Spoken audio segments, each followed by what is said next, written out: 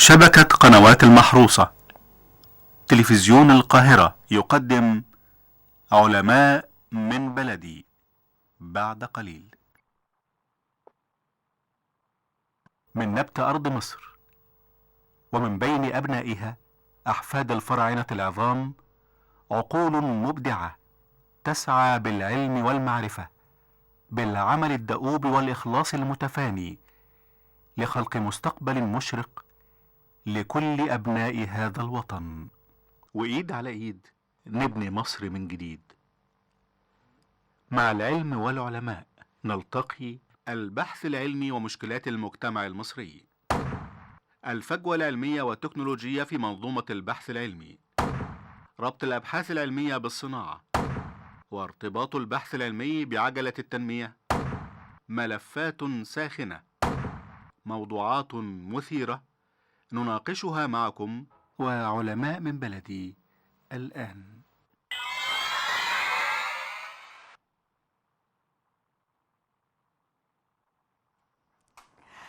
مساء الخير بكل مشاهدينا ومتابعينا. بيتجدد اللقاء الأسبوعي معكم على شاشة قناة القاهرة مع العلم والعلماء وبرنامجكم علماء من بلدي. مصر بتمتلك العديد من المقومات الأساسية التي تستطيع من خلالها تحقيق طفرة وتغيير في منظومة البحث العلمي، وأيضا تحقيق التنمية التكنولوجية الدائمة والمستديمة من خلال عدد كبير من العلماء المخلصون لهذا الوطن والمحبون أيضا له. بنلتقي اليوم مع أحد هؤلاء العلماء الذين نبغوا في تخصص هام، وهو الكيمياء الحيوية. هو ابن من أبناء محافظة الدقهلية، نبت من أرض هذه البلدة الطيبة، واستطاع من خلال البحث ومن خلال العديد من الدراسات أن يصل إلى مكانة علمية مرموقة ومتميزة. معنا ومعكم أستاذ الكيمياء الحيوية وبحوث الأورام والمؤسس والعميد الأول لكلية الصيدلة جامعة كفر الشيخ، ورئيس هيئة التصنيع الدوائي بالاتحاد العربي لحقوق الملكية الفكرية، وهي هيئة عربية دولية تابعة لجامعة الدول العربية، ومدير وحدة أبحاث أورام الكبد، وأيضا هو رئيس هيئة تحرير المجلة الأمريكية لمكافحة السرطان والمجلة الأسبانية لبحوث السرطان، وعضو الهيئة الاستشارية العليا لمجلس علماء مصر. بنرحب بضيفنا وضيفكم العالم المصري المتميز الأستاذ الدكتور نبيل محيي عبد الحميد. بنرحب بحضرتك وسعداء بوجودك معانا، وبنقول لك كل سنه وانت طيب. طبعا يعني خارجين من عيد الفطر ولسه احنا يعني مواكبين. ومشاهديك بكل خير. دكتور، يعني لما بنكون مع عالم من العلماء اللي بنشرف يعني بإجراء حوار معهم، وخاصة حينما يكون له رؤية وتميز في أبحاثه وفي دراساته، بنحب إن احنا نستعرض موضوعات تتعلق بهذا الوطن. ليس بعيد كل البعد يمكن يعني هذا الاستهلال أو هذا السؤال الذي سوف أبدأه معكم، وهو عن المشروع القومي المصري العالمي الذي ينتظره الجميع، سواء كان مصريون أو العالم يعني كله، العرب والأجانب أيضا منتظرين هذا الحدث. نحن يعني إن شاء الله قريبا في بدايات أغسطس 6 أغسطس سيتم افتتاح قناة السويس الجديدة. أريد معرفة رؤيتكم حول هذا المشروع، وما العائد وما الاستفادة التي سوف تعود على هذه البلدة من خلال هذا المشروع القومي المصري 100%، والذي يقوم بالإشراف والتنفيذ عليه خير أجناد الأرض. طبعا أنا الأول أشكر حضرتك على استضافتي، وأنا سعيد إن أنا أكون في هذا البرنامج المتميز وفي هذه القناة المتميزة. وكمان بعتبر نفسي محظوظ إن أنا يعني جيت في هذا التوقيت، لأن التوقيت اللي هو قبل حدث عالمي، يعني حدث تاريخي اللي هي فكرة عمل محور قناة السويس الجديدة. ويعني احنا اعتقد يعني باقي اقل من 17 يوم تقريبا على افتتاح قناة السويس الجديدة. يعني انا الحقيقة بنظر لفكرة قناة السويس من اكتر من محور. يعني رقم واحد هي اعادة بناء الفكر المصري، ان احنا كنا محتاجين حد يخلي كلنا نتوجه يعني سنجل بوينت، يعني احنا بدل ما كل واحد باصص في اتجاه، ان احنا نبص على نقطة واحدة كلنا نجتمع عليها. نعم. لان احنا شوية بسبب المدة اللي فاتت يعني تشرذمنا فكريا شوية، كل واحد يعني بقى له اتجاه حقيقي. مختلف. فاحنا الحقيقة كنا محتاجين شيء نتفق عليه، وده شيء مهم. دي رقم واحد، لان انا بعتبر ان موضوع قناة السويس نعم. او فكرة قناة السويس دي فكرة اعادت للشعب المصري فكرة ان هم يجتمعوا على شيء واحد. نعم. زي بالظبط السد العالي زمان. يعني السد العالي ده كان بالنسبة لمصر كان شيء عبقري، كان فكرة كلنا اجتمعنا عليها، كلنا تمنيناها وهكذا. فأنا يعنيني أنا شخصيا كواحد بيفكر فكرة إن إحنا كنا عايزين نشحذ الطاقات دي بدل ما تبقى متفرقة زي أشعة الشمس، نجتمع. لا نحط تحتها عدسة عشان نجمعها في نقطة واحدة. نعم. يعني دي يعنيني مبدئيا. وده اللي حصل بالفعل يعني من خلال هذا المشروع، يعني حينما اجتمع كل المصريون وبادروا بالإسهام والمشاركة نعم. في قناة في مشروع السويس قومي الجديد. نعم. اللي هو تمويله مصري 100%، الإشراف عليه تقريبا مصري 100%، التنفيذ برضه مصري 100%، المعدات مصرية وهكذا. يعني اللي هي فكرة إيه؟ إن المصريين بيقولوا للعالم إحنا قادرين نعمل شيء عالمي ضخم هائل كبير، يعني يشد نظر كل العالم، بس بإيدينا إحنا. يعني ودي مسألة مهمة. دي أول نقطة. تاني نقطة بقى إن أنا أفكر إن أنا أعمل مشروع يتكلف كل هذا العدد من المليارات وأشحذ فيه كل هذه الطاقات في توقيت أنا في حالة حرب. أصل في رسائل أنا يعني إيه قبل ما أدخل لفكرة الاقتصاد يعني حابب إنها توصل للمشاهد، اللي هي فكرة إن أنا بحارب، لأن الإرهاب ده حرب. طبعا. يعني اللي بيحصل في سيناء احنا حرب، في حالة حرب حالة حقيقي، حرب يعني حقيقية، إرهاب يعني داخلي سواء وخارجي. داخل البلد في سيناء، خارجي وهكذا. يعني وفي نفس الوقت ان في هجمه من جهات غربيه علينا، بعض الحكومات الغربيه ضدنا بشكل معلن وبشكل ممول بس انا كمان at the same time يعني في نفس الوقت ده بقول للي بيعمل معايا كده ولا كلامك داخل دماغي ولا يلزمني ولا انت مؤثر ولا انت موجود في حياتي، لا ده انا بعمل مشروع عملاق ضخم جدا انا قادر اجمع الشعب المصري عليه. دي رساله من وجهه نظري ايضا رساله قويه، هي اللي خلت الناس تقول ان احنا فعلا احفاد الفراعنه. نعم، يعني احنا لن شعب مش يثنينا بسهوله عن تحقيق الهدف بسهولة وعن يعني. الاستمرار في تكميل المسيرة.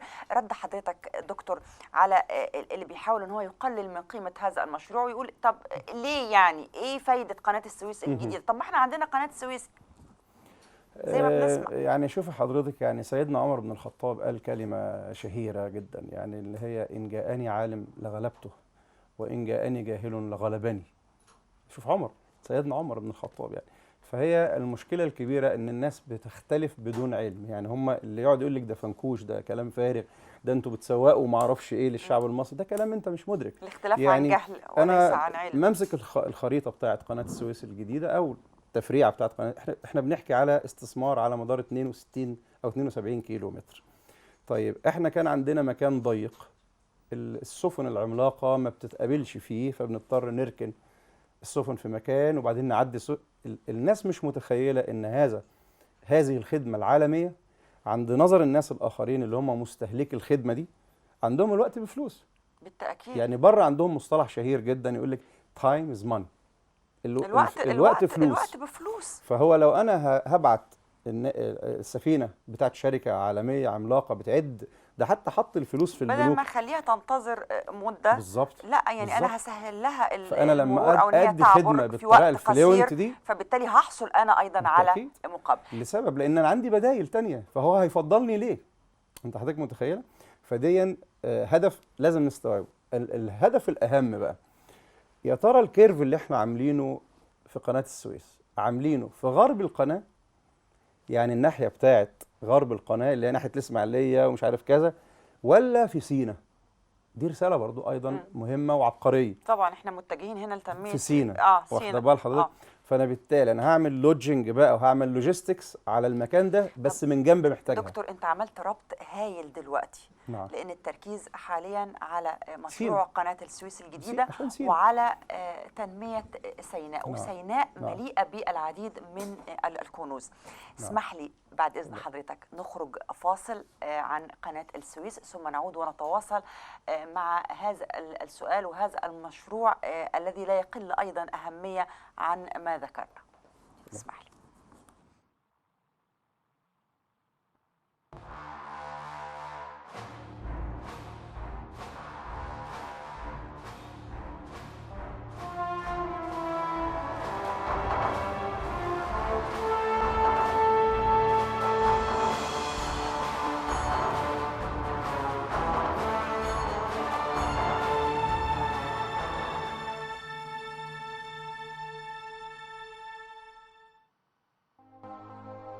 حبى الله مصر بموقع فريد جعلها منذ بدء التاريخ قلب العالم النابض وبؤرة اهتمام القوى العالمية وركيزة مصالح الإمبراطوريات القديمة والحديثة.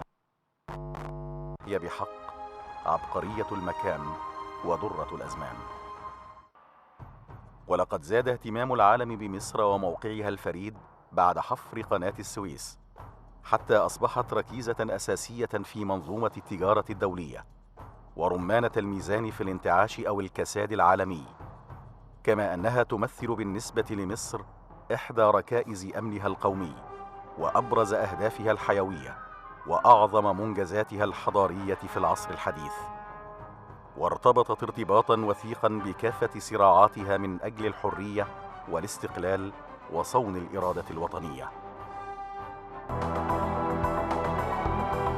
وعندما قامت ثورة 25 من يناير عام 2011 و30 من يونيو عام 2013 كان من أخطر المهام التي حرصت مصر على تنفيذها وسط التحديات والعدائيات الداخلية والخارجية التي صاحبت الثورتين هو الحفاظ على أمن وسلامة الملاحة في قناة السويس. وعهد إلى القوات المسلحة بالتعاون مع هيئة قناة السويس والأجهزة الأمنية بمحافظات القناة بتأمين القناة ضد العدائيات الساعية لتهديد الأمن القومي المصري.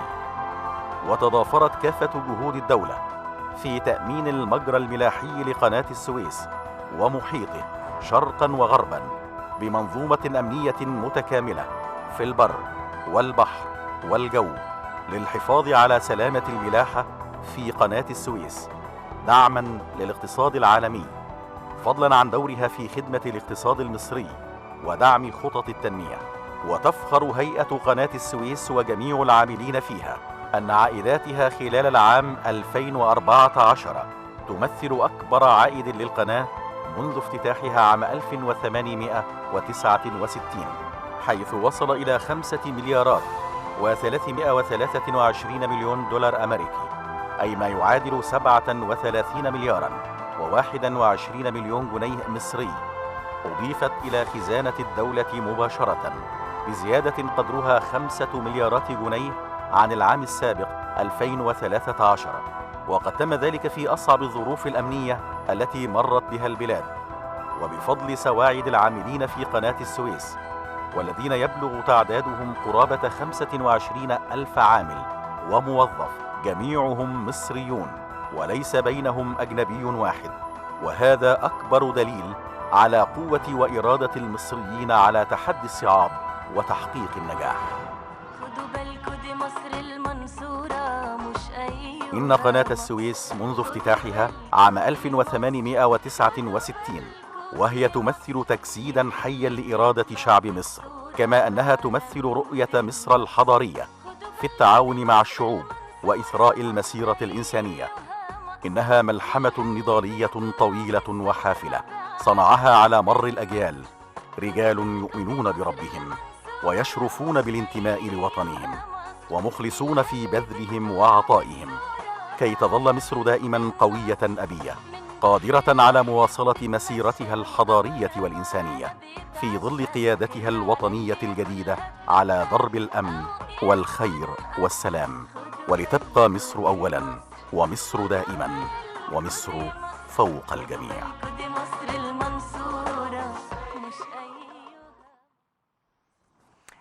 نعود معكم مرة أخرى ومع ضيفنا وضيفكم العالم المصري الأستاذ الدكتور نبيل محيي الدين.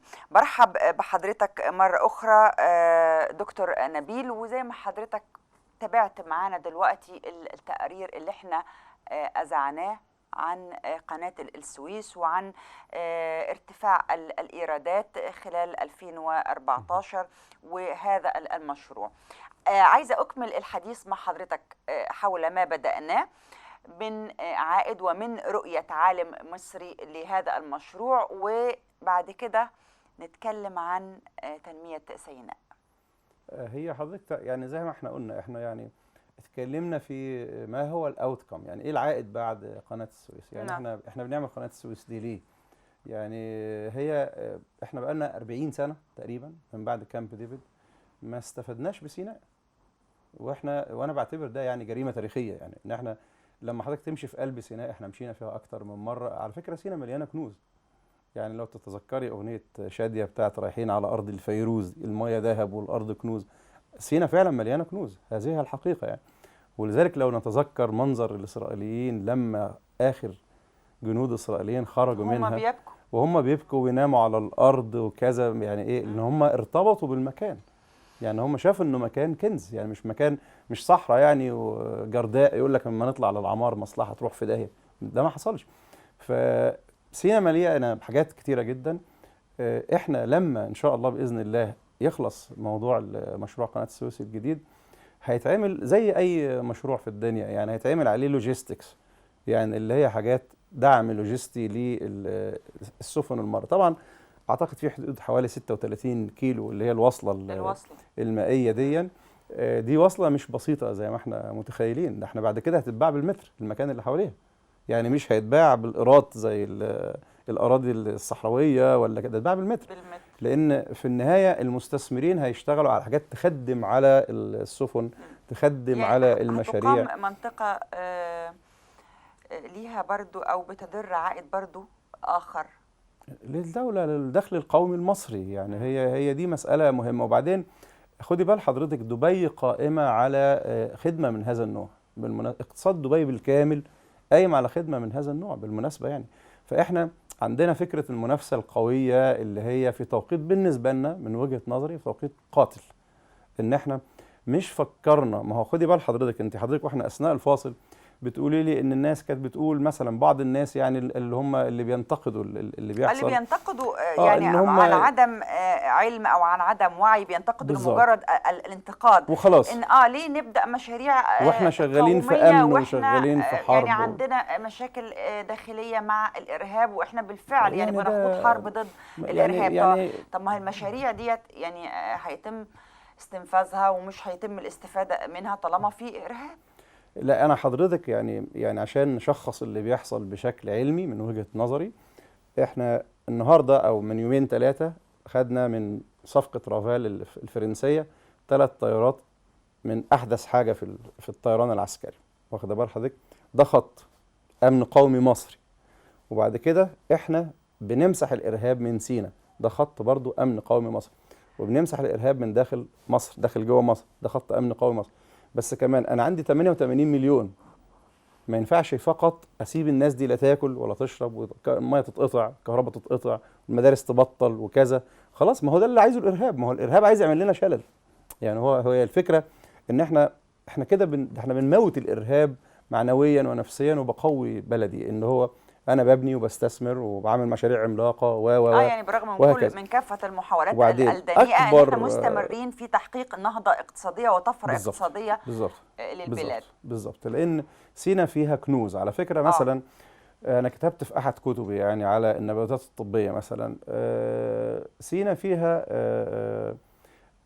أكبر شجرة زيتون في سانت كاترين، تعتبر أكبر في دير سانت كاترين أكبر وأقدم شجرة زيتون عارفها التاريخ، يعني عمرها مئات السنين بالمناسبة. يعني هم هناك بيعتبروها شجرة مباركة في سانت كاترين في الدير نفسه، واخدة بال حضرتك؟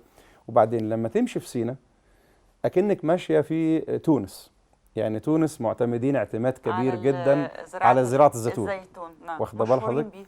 سيناء مليانة كده، ما هو فكرة الإرهاب احنا يا إما نقتل الناس ونحرق اللي زرعناه، يا إما الحوار اللي حصل في سيناء اللي هو مقاومة الإرهاب في سيناء مسألة صعبة ومعقدة جدا على طبعا. فكرة يعني. فالمهم هي مليانة شجر من هذا النوع، مليانة جناين، ما تنسيش المانجا يعني سيناء كمسألة أمن قومي لمصر وأمن اقتصادي وأمن غذائي، لا ده احنا المستقبل هناك. دي اعتقادي الشخصي، لأنك أنت ملمسة على على آسيا من جانب يعني، الموقع ملمسة الاستراتيجي طبعا. ده والجغرافي موقع ليها استراتيجي هام هام جدا جدا. جدا جدا، موقع زراعي وتجاري وصناعي، يعني ايه موقع يعني دي حقيقة يعني الناس ولادنا اللي بيموتوا هناك دول مش بيموتوا ببلاش، احنا بنشتري شيء يستحق. يعني زي ما دايما اقول يعني، اذا كان المهر غالي قوي فالعروسة تستحق. يعني طبعا يعني المهر ده هي دماء ولادنا، بس عروستنا دي سينا دي مهد تستحق. الأديان وأرض طبعا مليئة بالعديد طبعا والعديد من طبعا. الكنوز، زي ما حضرتك قلت أرض الفيروز.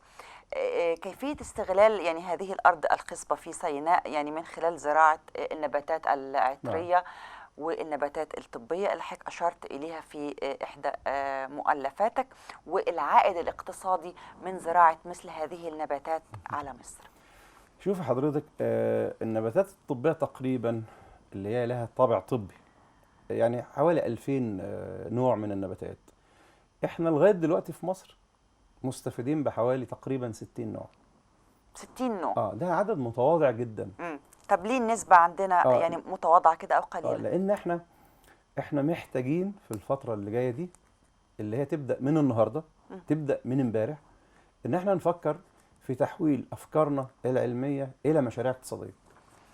احنا محتاجين ده. أنا في أكثر من مكان، في أكثر من صحيفة، وإن شاء الله في مؤتمر شرم الشيخ اللي جاي قريب اللي هو لا للإرهاب والعنف ونعم للتنمية، اللي هيبدأ من يوم إن شاء الله 25 وينتهي يوم 28 في شرم الشيخ في نفس الشهر اللي جاي. أنا ليا محاضرة فيه إن شاء الله عن تحويل أفكارنا إلى مشاريع اقتصادية. نعم. احنا محتاجين نفكر بالطريقة دي. يعني أنت حضرتك النباتات الطبية مع الأسف مصر ما زالت رقم 4 على مستوى العالم. خدي بال حضرتك إن في بلاد عايش اقتصادها على النباتات الطبية. على النباتات الطبية؟ يعني دي حاجة مش بسيطة. احنا عندنا أماكن تصلح لزراعة النباتات الطبية. الزيتون ممكن الناس تفكر إن احنا بنستخرج منه زيت الزيتون وبس، لا احنا عندنا رسائل استخدام ورق الزيتون في علاج السرطان بالمناسبة. يعني احنا بنستهلك نباتات طبية، بنستورد من بره بمليارات. ده رقم كبير، برغم ان انا عندي الارض صالحه ان انا ازرع ان انا يعني اقوم بزراعه النباتات الطبيه يعني بدل من صعبة. يعني استيرادها من الخارج. بالظبط. يعني زي ما بقول لحضرتك، لو احنا عندنا 2000 نبات، مصر بتزرع 60 بس. ده رقم متواضع جدا. بالتأكيد. مصر يعني الى حد ما طب ايه اللي محتاجينه يعني عشان ننهض بهذه الزراعات؟ انا رايي الشخصي ان احنا محتاجين الكلام اللي دايما اقوله، احنا محتاجين وزاره اسمها وزاره تطبيقات البحث العلمي. احنا محتاجين هذه الوزاره بشكل فوري وعاجل. محتاجين نحول افكارنا للتطبيق العملي. طيب عملي. يعني انا هقف عند الجزئيه ديت، وهي التطبيق العملي، وان احنا في احتياج هام لانشاء وزاره تحت مسمى وزاره التطبيق العملي او التطبيقات العمليه للبحث العلمي، وخاصة أن هناك العديد من الأبحاث العلمية اللي بيقدمها عدد كبير من الدارسين ومن العلماء. لو تم استغلالها وتطبيقها هتحدث طفرة وتنمية كبيرة. معانا تقرير عن النباتات الطبية والعطرية نشوفه مع حضرتك ونرجع مرة تانية نكمل الحديث.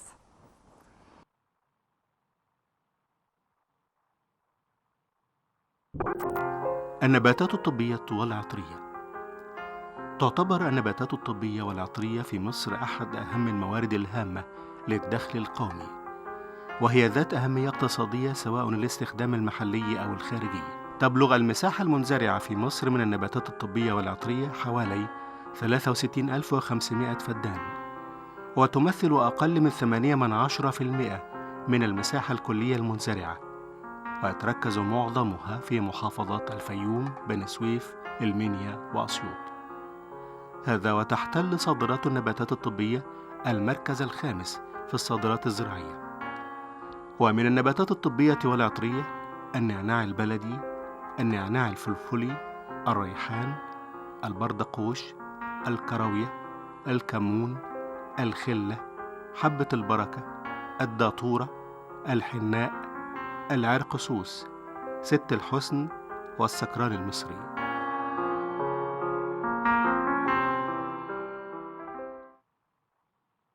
نضج ده من وجهة نظري يعني. بنرجع معاكم مرة تانية ومع العالم المصري الأستاذ الدكتور نبيل محيي عبد الحميد، أستاذ الكيمياء الحيوية وبحوث الأورام والمؤسس والعميد الأول لكلية الصيدلة جامعة كفر الشيخ، ورئيس هيئة التصنيع الدوائي بالاتحاد العربي لحقوق الملكية الفكرية، وهي هيئة عربية دولية تابعة لجامعة الدول العربية. هو أيضا مدير وحدة أبحاث أورام الكبد.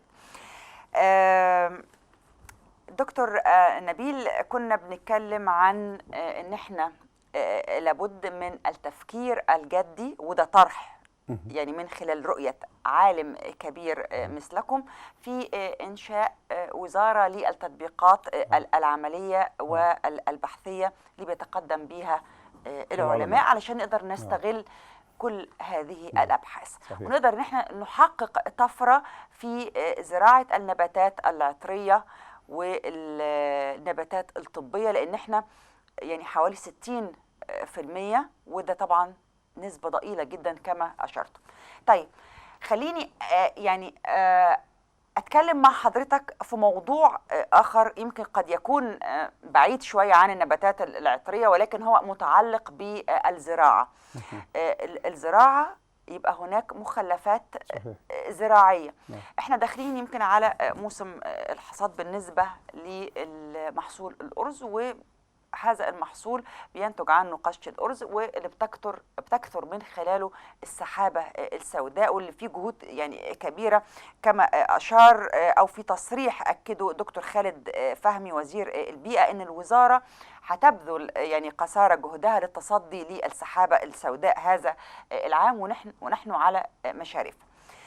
دور العلم في مجابهة المخلفات الزراعية أو في الاستفادة وتعظيم الاستفادة من المخلفات الزراعية، حضرتك يمكن يعني ليك محاضرة في هذا. نعم، يعني هو حضرتك يعني ايه، انا عندي امل، يعني عندي امل ان ما يكونش كل سنة يكون تصريحاتنا كوبي وبيست من السنة اللي قبليها، او يعني مثيلة بالسنة اللي قبليها، اللي هي ايه، احنا هنمنع حرق قش الرز السنة دي وهنقفله بكل قوة، الكلام ده بنقوله كل سنة.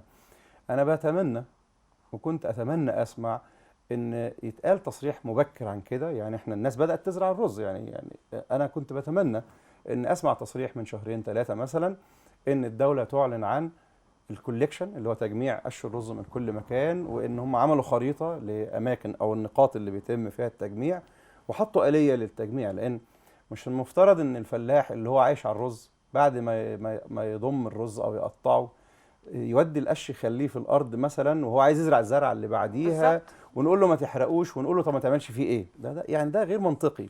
يعني انا عايز حضرتك تتخيلي والساده المشاهدين يتصوروا ان في مصر نحن نحرق سنويا 23 مليون طن مخلفات زراعيه. 23 مليون طن، مش 23 طن، لا مليون طن. 23 مليون طن، تتخيلي؟ نعم 23 مليون طن، يعني رقم كبير ورقم هائل. طيب نستفيد من الرقم ده هي دي بالعلم ازاي؟ هي دي القضية بقى، اللي هو ايه، لو انا حضرتك لو شفتي مثلا المخلفات دي عبارة عن ايه، احنا مخلفاتنا الزراعية عبارة عن ايه؟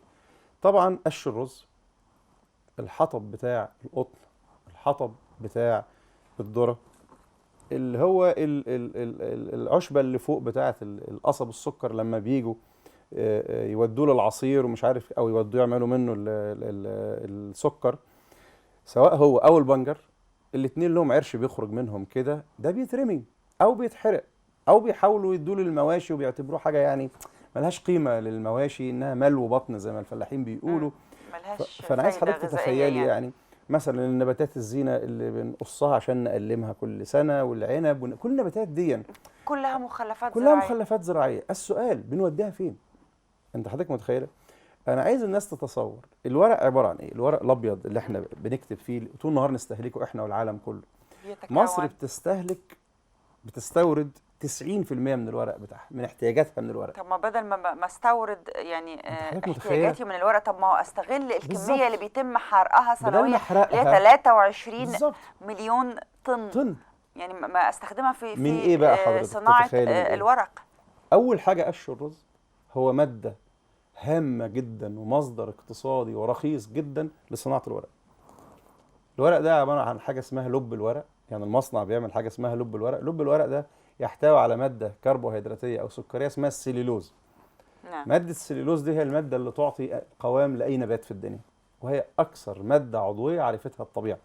واخدة بال حضرتك؟ اللي نعم. احنا بنحرقها. نعم. أنت حضرتك متخيلة؟ بالتالي أنا كنت أتمنى، احنا عندنا 27 محافظة. طب لماذا لم نعلن عن 27 مصنع للورق؟ يعني المفترض ان احنا بدال ما كل سنة نقول يا جماعة البيئة هتتلوث، يا جماعة حرق القش، حرق الرز، حرق، وهكذا. احنا كل سنة بنقول كده. طب احنا لماذا لا نوجه الاستثمار الى هذا؟ ده انا عندي مادة خام ببلاش. هو احنا ليه ما بنستفدش دكتور من اخطائنا او من يعني تكرار المشاكل؟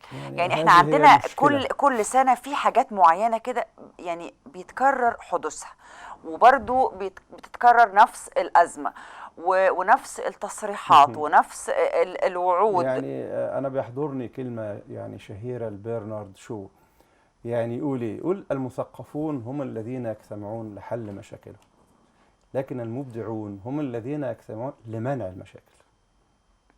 هو بيبدع في منع المشكله طبعا. انا عايز امنع المشكله. يبتكر. يعني انا كل سنه هقعد استنى الفلاح لما يجي وهتخرج تصريحات ان احنا هنقاوم السحابه السوداء وهنسيطر على الموقف. يعني وهيكون في غرامات هتقع على المزارع او على من يتم قول لي اعمل قبضه ايه؟ او انت حضرتك متخيله؟ يعني انت كراجل وزير زراعه ولا وزير بيئه ولا كذا، مع كل احترامي واجلالي للجميع، يعني قول لي انا قبل ما ازرع موسم الرز، قول لي انا هعمل اديني روشته اتخلص من قش الرز ده ازاي؟ وخاصه ان حضرتك قلت يعني المزارع او الفلاح ده هو يعني قوته او اكل عيشه. انت حضرتك بيتكسب من الارض دي، فهو بالتالي عايز يفضي الارض علشان يبتدي يزرع او يهيئها لمحصول اخر. فاوجد لي البديل. بالزبط. ايه البديل بقى من وجهه انا وجهه نظري البديل اللي العلم بيقول عليه. واخده بال حضرتك؟ لان ما بين العلم والسياسه رابط او بريدج او كوبري او قنطره مهمه جدا. يعني المفترض ان احنا عملنا وزارات جديده، ده شيء مطلوب. يعني احنا مش ضد ان تعمل وزارات جديده زي مثلا وزاره للتعليم الفني، ده مطلوب. بس الكم ده من الوزارات مطلوب. هي تاني برضو انا حضرتك تاني، احنا دوله فيها 88 مليون، دوله حجمها كبير، دوله مواردها متعدده، دوله اقتصادها متعثر. يعني احنا عندنا كوكتيل. انا دايما اقول كلمه اللي هي ايه، احنا لحد امتى هنبقى مستهلكين للسياسه؟ احنا لما نقعد نتناقش يقول مثلا ده رفعوا، الناس تقول لك ده رفعوا الدعم، ده الدنيا غليت مش عارف في كذا.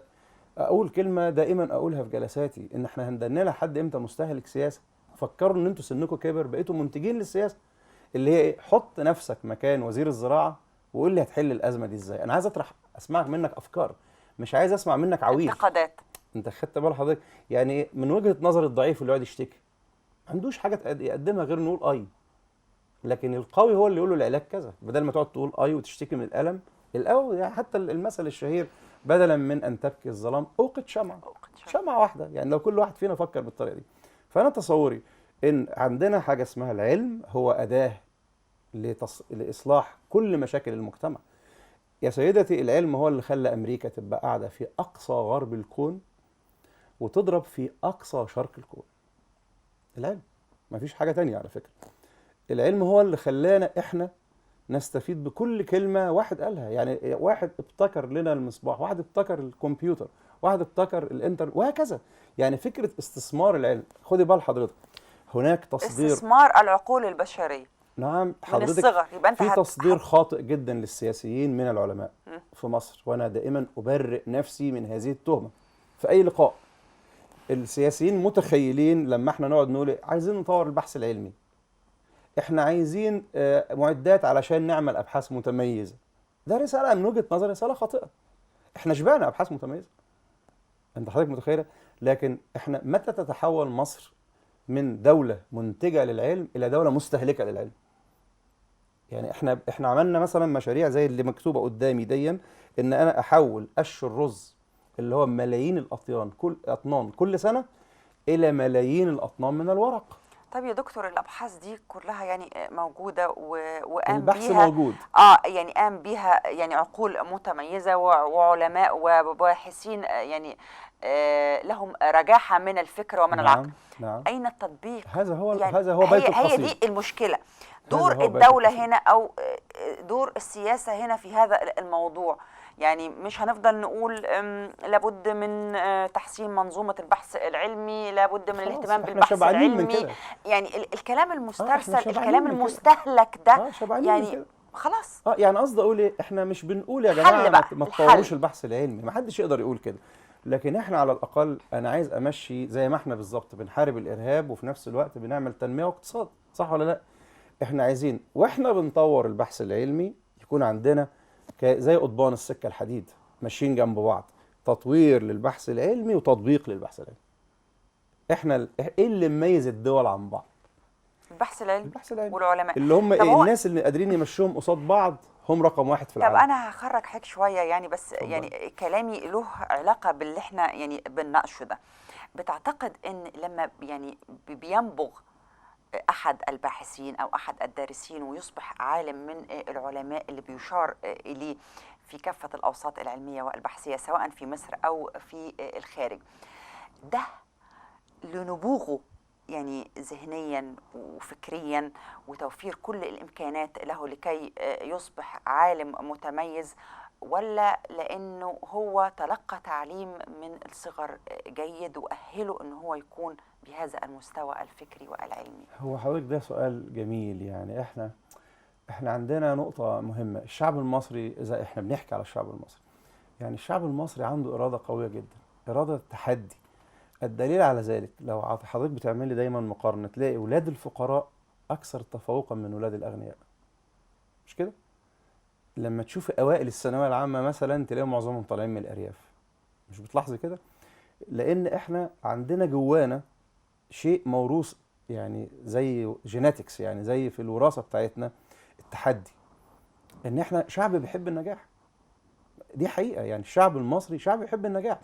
فاحنا عندنا مشكلة كبيرة فقط، هي ان خلاص ألفنا فكرة ان حوالينا ناس بتحاربنا فبيشغلونا في حربنا معاهم ايا كان نوع الحرب. للأسف نعم. احنا محتاجين نفكر ان احنا عشان ننجح في الحرب دي نعمل تنمية. يعني نعم. من وجهة نظري عشان مصر تعبر الى العالم الجديد، الى القرن الجديد، لا تنمية.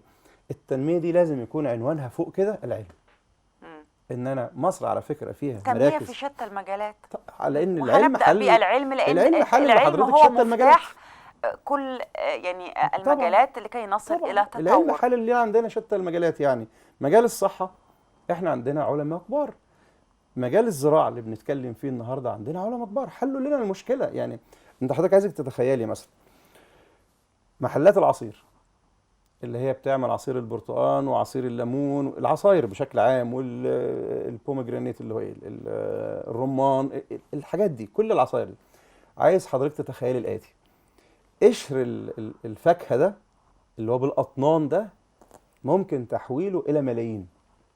اللي احنا بنحرقه، احنا بنتخلص منه، بنحطه في أكياس والعربيات تيجي تاخده. ما دي برضو من ضمن المخلفات، يعني دي من ضمن المخلفات اللي كنا بنتكلم عنها. عايز حضرتك تتخيلي ان بيطلع منه ماده اسمها ملح الليمون اللي هو حمض الستريك او الستريك اسيد، وله استخدامات متعدده اللي بنستخدمه كمواد حافظه لكل المصانع. بص، كل المصانع اللي بتعمل عصاير، مربى، كل المواد الغذائيه اللي هي بنعملها معلبه بتحتاج تقريبا يعني ملح الليمون. تتخيلي ملح الليمون احنا بنرمي الماده الخام بتاعته ونحرقها مع المخلفات. انا عايز حضرتك تتخيلي هذا. طيب ما نفتح بقى مجال، نعمل شركة استثمارية كبيرة ونبدأ بنماذج. يعني أنا أجرب نموذج في القاهرة، أجرب نموذج في الإسماعيلية، اللي هي إيه؟ شركة تكون شغلتها هي اللي تنظف محلات دي. عنده عربيات الصبح، هو بيخزن لها الحاجات بتاعته من بالليل. أنت عندك لو شفت في أمريكا مثلا، أنا ما انساش أقسم بالله، أنا صورت فيديو إزاي بيتخلصوا من نفايات المستشفى. أنا كنت في مستشفى في جامعة اسمها كونيتيكت، في ولايه كونتيكت في امريكا. انا وقفت من فوق اتفرجت على على العربيه بتشيل المخلفات ازاي. يعني بامانه حاجه مش ممكن. يعني هم لو بيشيلوا حاجه عشان تتاكل ما يعملوش فيها كده. عربيه بتدخل في مكان خاص تجمع من السلال اللي هي المعدنيه الكبيره الضخمه دي بطريقه خاصه، وبعدين تتعبى. البني ادم واقف يتفرج لكن ما بيمدش ايده. احنا بنشوف مناظر، انا عندي صور ممكن اعرضها، حاجه تبكي يعني. ده من غير تدخل العنصر البشري ده واقف يدوس على زراير فقط. لان طبعا المخلفات ديت خطره وسامه وبتسبب العديد من الامراض، مش زي ما احنا بنشوفها هنا مرميه كده بطريقه عشوائيه. تتفرجي بنقضها بايديهم يعني للاسف شديد.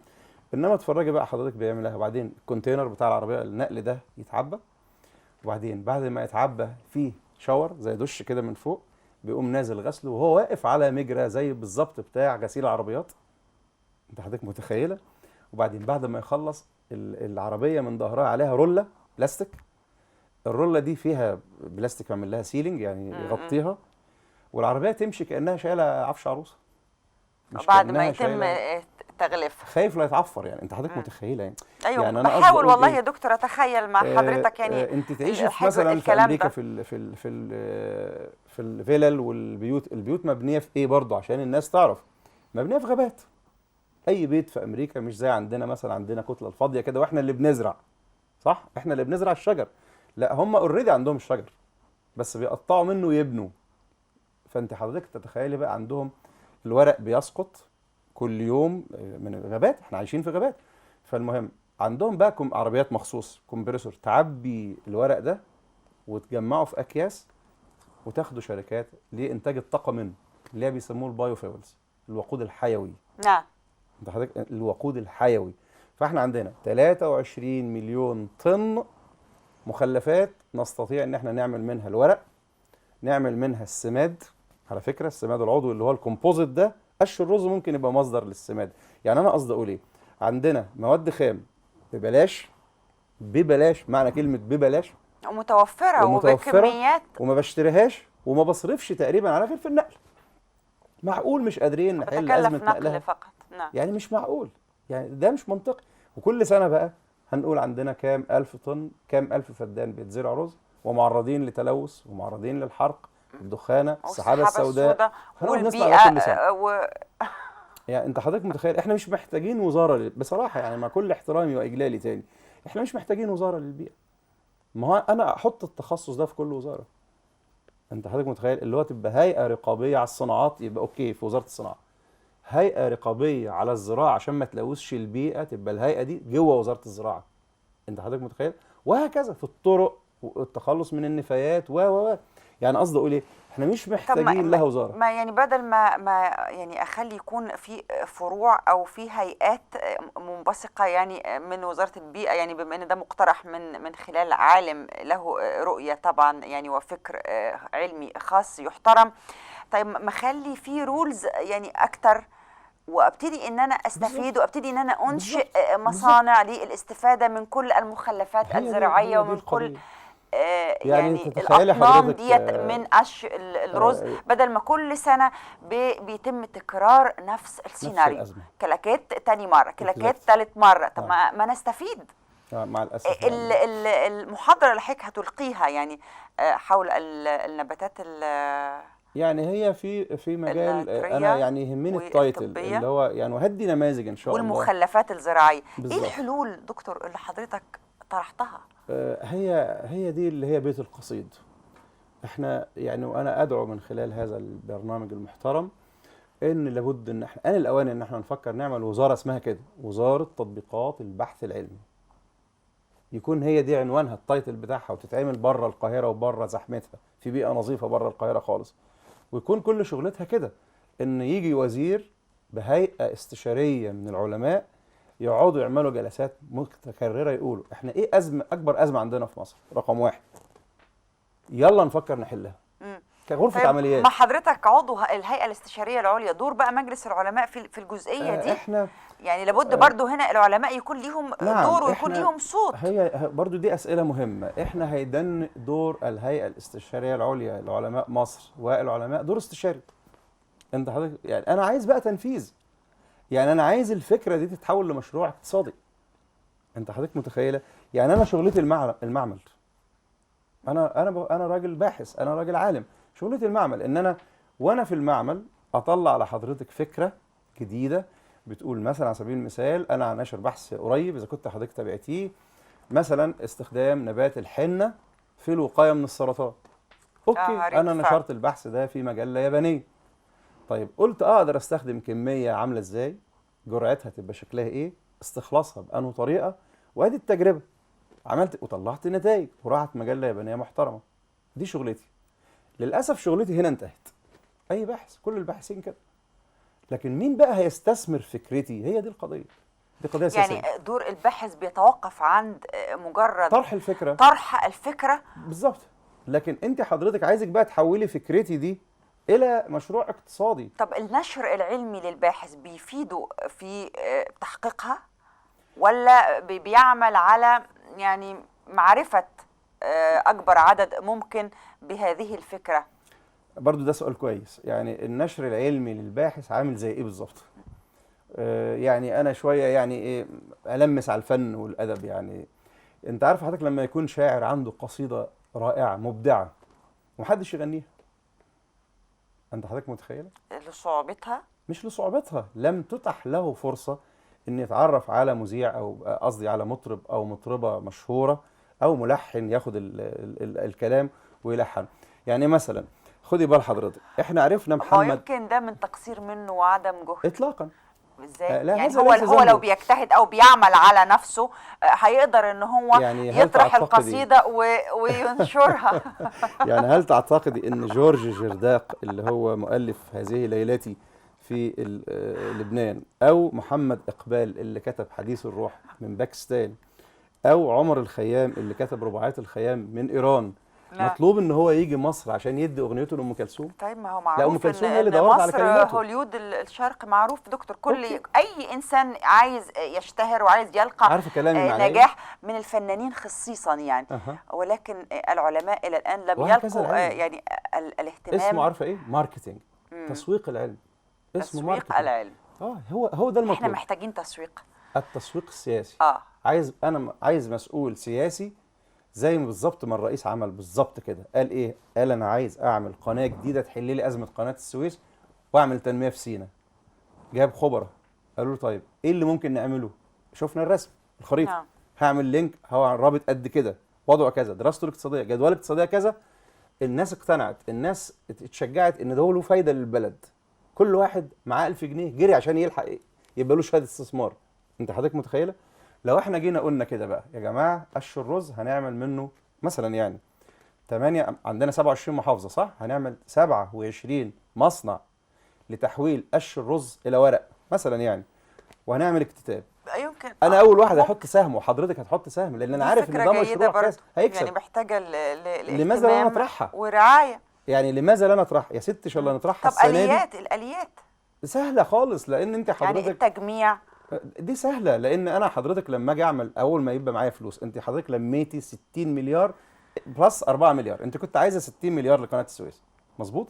كانوا هم قالوا عارفين انهم مغطيين، يعني هم مش 60 ده هم عايزين اقل. فلما قالوا للناس ايه اللي حصل؟ 64 وحبسوا الناس في البنوك. انا عايز اقول ايه؟ ماذا لو الدوله راحت جايه قال السنه دي كده، بدل ما تقول احنا هنمنع الناس تحرق القش، احنا هنمنع مش عارف ايه، يقولوا احنا هنعمل 27 مصنع في ال27 محافظه كبدايه كنواه لتحويل قش الرز. مش بقى قش الرز لوحده عشان ما نقولش ده شغل موسمي وهيشتغل في الصيف بس. كل المخلفات الزراعيه اللي حضرتك اشرت اليها، يعني زي حطب الذره وهكذا. يعني ده كتير، عندنا كتير حاجات تعمل. مصاصه القصب مثلا على سبيل المثال. يعني انا لو ما بزرعش في الجنوب رز، بنعمل قصب وبنعمل سكر. معلش عشان بس في نقطة تعقيب كده بسيط عشان نوضحها بس، ان ال 27 محافظة ما بيزرعوش رز. هي طبعا المحافظات اللي فيها يعني وفرة من المياه، ولكن احنا بنتكلم عموما عن المخلفات الزراعية. فالطرح ده على هذا الاساس، على المخلفات الزراعيه باجملها، وليس نزرع قصب السكر فين؟ قش الرز. لا ده بس عشان كان في تساؤل من يعني لا نعمل احد في الجنوب المشاهدين في يعني التليفون يعني اسيوط، اسوان، البلاد دي بتزرع قصب سكر صح؟ مظبوط يا دكتور. مصاصة القصب بتروح فين؟ بتتحرق برضو للاسف، نفس القصه. منها برضو بنصنع الورق نعم. على حسب كل هو محافظه. مشروع يعني قومي. مشروع قوي وطرح جيد من عالم له رؤى علمية محترمة، محتاجة ان احنا نطبق، محتاجة ان احنا ننفذ. صحيح. يعني يكفي عدد وكم هائل وكبير من الابحاث العلمية موضوعة على الرفوف على الرفوف وملقاة في الأدراج. لابد من التركيز، لأن بدون البحث العلمي وبدون العلماء لن نستطيع أن نحقق تنمية مستدامة. شايفه حضرتك الماتيريالز دي؟ أيوة. المعلومات دي انا جايبها مقتبسه من مشاريع. طبعا. بمعنى ايه؟ يعني المشروع كاتب انا اقدر اخد اللي هي المعالجه، اقدر اجمع مثلا قش الرز ازاي، اعلبه في بلتات بيلتس ازاي، وانقله ازاي، وبعدين احوله ازاي الى ورق واخزنه فين دي مشاريع متكامله عايزه التطبيق بس. لا يعني حضرتك اطلعت وبحثت دي مشاريع وقرأت كاملة. ويعني راجعت عدد من المشاريع عايزة عشان واحد تقدر الصبح انك انت ينفذها. تستخلص الفكرة او الطرح ده. بس.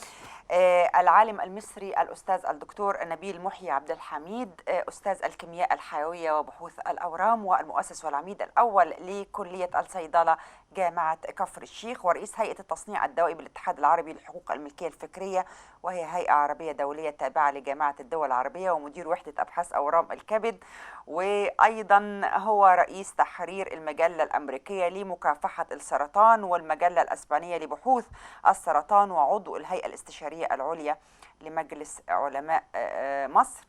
أنا هتوقف مع حضرتك عند عضو الهيئة الاستشارية العليا لمجلس علماء مصر. سألت حضرتك يعني دوركم كعلماء في هذا الطرح، فحضرتك قلت أنا عالم دوري بيتوقف على طرح الفكرة. صحيح. يعني حقيقي أنت فاجئتني بإجابتك ديت، يعني كهيئة استشارية عليا لمجلس علماء مصر حضرتك عضو فيها، إن ما يكونش ليكم دور في تحقيق بعض الأفكار الهامة اللي أنتم طرحتوها. هناك العديد من المواضيع وهناك العديد من التساؤلات اللي لابد أن أنا أطرحها على سيادتك، ولكن للأسف عشان ضيق الوقت فأنا هأرجئها للقاء آخر، وهخرج مع حضرتك فاصل دلوقتي علشان نقرب يعني الصورة أكثر للسادة المشاهدين والمتابعين لعالمنا المصري النابغة المتميز الأستاذ الدكتور نبيل محيي عبد الحميد. الكيمياء الحيوية أحد فروع العلوم الطبيعية، والتي تختص بدراسة كل ما هو متعلق بحياة الكائنات الحية. فيروس سي وأمل الرجوع إلى الحياة، الجديد في علم الأورام، عذابات العلاجات، كيمياء الحياة، ثورة العلم، ملفات ساخنة، موضوعات مثيرة نناقشها معكم وأحدث أعضاء مجلس علماء مصر الأستاذ الدكتور نبيل محيي عبد الحميد. أستاذ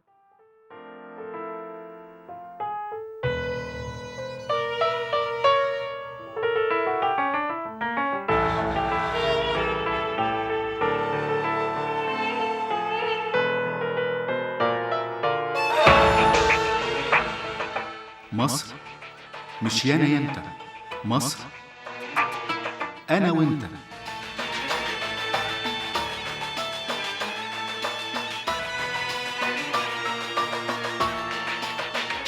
تعالوا نبنيها.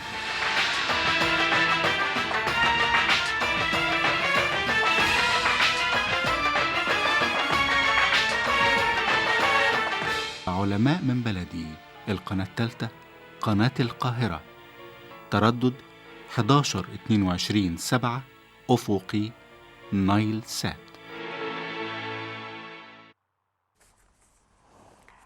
بنعود معكم مرة أخرى، وهناك مقولة لابد أن احنا يعني نطبقها ونعيها جيدا، وهي أن الصحة تاج على رؤوس الأصحاء.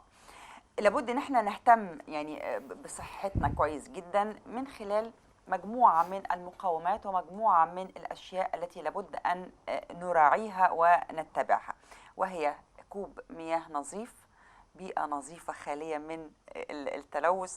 أنا بيعجبني الرياكشن بتاع حضرتك قوي يا دكتور، يعني استاذ كيمياء بقى يعني. أستاذ كيمياء حيوية. إزاي إن إحنا نطبق المقولة ديت؟ وهرجع لحضرتك برضو لدور الهيئة الاستشارية لمجلس علماء مصر في تبني الأفكار الجيدة وطرحها. نعم. يعني احنا طبعا ميه، يمكن انا ما اعرفش، انا برضو اكتر من يعني عملت عليها حلقات في اكثر من لقاء. يعني انت ربنا قال وجعلنا من الماء كل شيء حي. يعني احنا حياتنا في الميه، حياه الناس كلها في الميه. بس كمان احنا محتاجين ثقافه ان احنا نحافظ. انت فاكره زمان الاستغلال والترشيد يعني الاعلانات اللي كانت فيها نوع من التوعيه، ولكن للاسف بالزبط. كان الناس بتاخدها بشيء من الضحك والفكاهه والسخريه. نعم. ويقعدوا يضحكوا. دي الحقيقه. يعني احنا محتاجين الاول يكون عندنا احنا كشعب ضمير، زي ما قلت لحضرتك ان احنا ما فيش داعي ندننا طول عمرنا مستهلكين فقط للسياسه. يعني المفروض كمان نبقى نفهم ان انا كمان ليا دور. يعني ما فيش حاجه اسمها انا يعني بزعل انا عايزك تغلي لي رغيف العيش ولا ترخصه لي عشان مش عارف كذا. ما كمان انا ما اعملش الحاجه اللي ترهق الدوله يقوم يغلوا عليا. انت حضرتك متخيله؟ يعني بمعنى ايه؟ لو احنا عندنا ضمير في التداول بتاع المخلفات بتاعتنا بشكل عام مش هنلوث بيها الميه. طبعا احنا متخيلين ان تلويث الميه بيجي منين؟ بيجي من سوء احنا تعاملنا، بيجي من رمي مخلفات السفن، رمي مخلفات المصانع، القاء القمامه والحيوانات النافقه في مياه النيل. وحدث ولا حرج، واشياء كثيره. يعني انت حضرتك متخيله يعني الناس عايزه رقيب عليها عشان ما يعملش هو الغلط. يعني هل كلنا المفروض نفكر بالطريقه دي؟ يعني ما انا من تلقاء نفسي ما اعملش الشيء اللي انا عارف انه هيضر البلد او هيضر المجتمع. يعني احنا سلوك وثقافه. دي حقيقه. يعني ايه؟ الدوله لوحدها او السياسي لوحده مش هيقدر يحل لي كل مشاكلي. بمعنى ايه؟ يعني مثلا لو هو كتب لي الروشته واداني العلاج وانا ما خدتوش، اقول والله طالما كتب لي الروشته واداني العلاج يبقى هخف. هل ده منطق؟ يعني, لا انت حضرتك متخيل؟ فاحنا لابد يكون انا كمان ليا دور. مثلا الامراض المعديه على سبيل المثال، خلاص احنا بقى عندنا ثقافه اني انا لو عندي فيروس سي ايه الحاجات اللي ممكن تنقل المرض لاولادي، لزوجتي، لاخواتي وهكذا. اتجنبها. بقينا عارفين. طب وانت رايح عند الحلاق المفروض بقى تبقى عامل حسابك انك ممكن تعدي ناس. ادواتك. واخده بال حضرتك؟ يعني تقوم نعمل ايه؟ نزود عبء. انا منزل كتاب النهارده مهم ورفعته على صفحتي اللي هو ذا جلوبال بيردن اوف ذا ديزيز. عارفه ايه اللي هو الحمل المرضي على مستوى العالم من منظمه الصحه العالميه. احنا السبب على فكره، احنا سبب في تلويث الميه مش الحكومه. من سلوكياتنا ومن تصرفاتنا الحكومه بتحاول تمنعني. حضرتك هنا بتشير لنقطه مهمه، وهي زياده الوعي بالظبط لدى المواطن والضمير صحيح. والثقافه والسلوك صحيح. من جانبه، لان مش كل حاجه هقول الدوله، صحيح. مش كل حاجه هقول الحكومه، لابد ان يكون في تعاون. طيب نطبق بقى ونحقق المقوله ديت ازاي؟ من خلال ان احنا نكون تصرفاتنا تصرفات سليمه، ما نلوثش الميه، ما نستهلكش ميه بطريقه خاطئه. لو عندنا يعني فيروس عندنا حاجات او بعض يعني الامراض بعد ما عملنا في تعاملاتنا. بعد ما عملنا ثورتين احنا عندنا ما زلنا متخيلين ان الثوره كانت هي تغيير انظمه. احنا متخيلين ما زلنا كده. طب ليه ما يكونش عندنا ثوره على سلوكنا؟ يعني ليه ما تكونش الثوره دي تغيير تجاه البلد؟ يعني ايه؟ انا لو انا بحط مناهج التعليم المفروض ابدا احط في دماغي ان انا اغيرها بقى. يعني اعمل في مناهج التعليم شيء يمنع تلوث النيل، شيء يمنع تلوث ميه الشرب، شيء يمنع الامراض المعديه، شيء يمنع العادات السيئه في الغذاء وهكذا. يعني ابدا اغير في حاجاتي اللي انا بدرسها للطالب من وهو لسه في الحضانه لحد ما يبقى في الجامعه. يعني قصدي اقول لابد احنا عملنا ثورتين مش عشان نغير نظامه بس. خلاص النظام اتغير، لكن احنا كمان مطلوب نتغير. نعم. يعني عشان بلدنا تبقى افضل احنا كمان عايزين الثوره اللي عملناها تبقى عملناها جوانا برضه. نعم. انت خدت بال حضرتك؟ عايزين نستفيد بالتغيير. ثوره على النفس. انا شايف كده. يعني انا شايف كده. صحيح.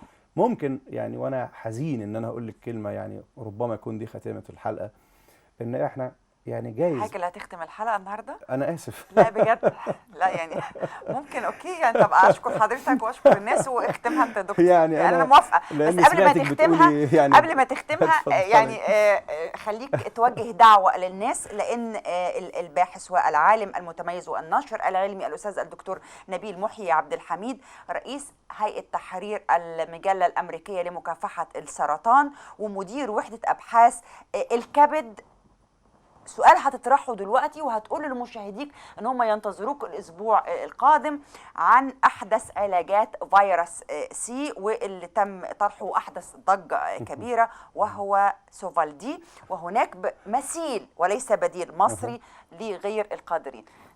اتفضل. هشكرك واشكر الساده المشاهدين، وهتقابل معاكم الاسبوع المقبل يوم الثلاث في نفس ميعادنا مع داليا طاهر والمخرجه ومعده البرنامج عبير الحلبي، ومع ضيفنا وضيفكم العالم الاستاذ الدكتور نبيل محي الدين. اتفضل يعني دكتور. انا اشكرك انك حبيتي تخليني مذيع، ده يعني يعني شيء يعني شرف كبير يعني.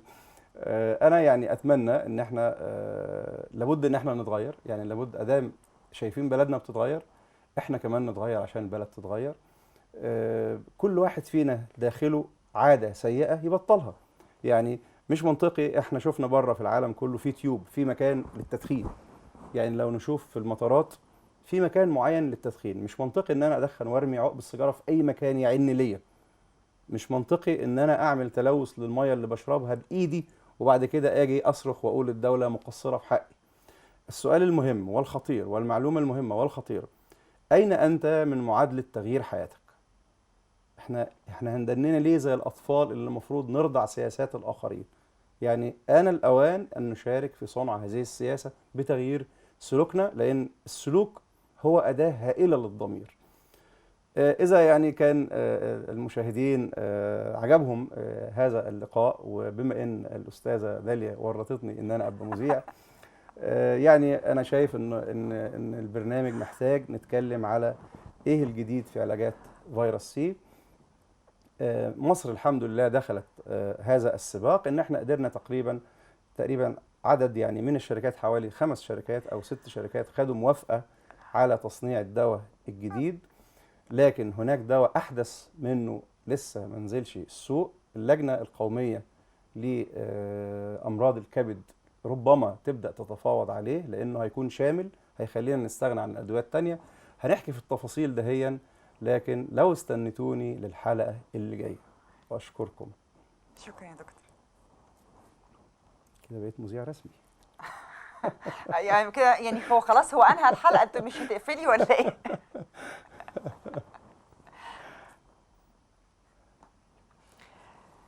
طيب كده هتنتظرونا ان شاء الله الاسبوع القادم مع العالم المصري المتميز الاستاذ الدكتور نبيل محيي عبد الحميد، واستكمال لحديثنا واحدث علاجات فيروس سي والبديل المصري الذي تم او سوف يتم طرحه. بشكر حضراتكم، بلقاكم في الاسبوع المقبل باذن الله قبل ساعه من الان. بالحب وبالإرادة الصح هيبقى عادة، والمرة حد فكر يسد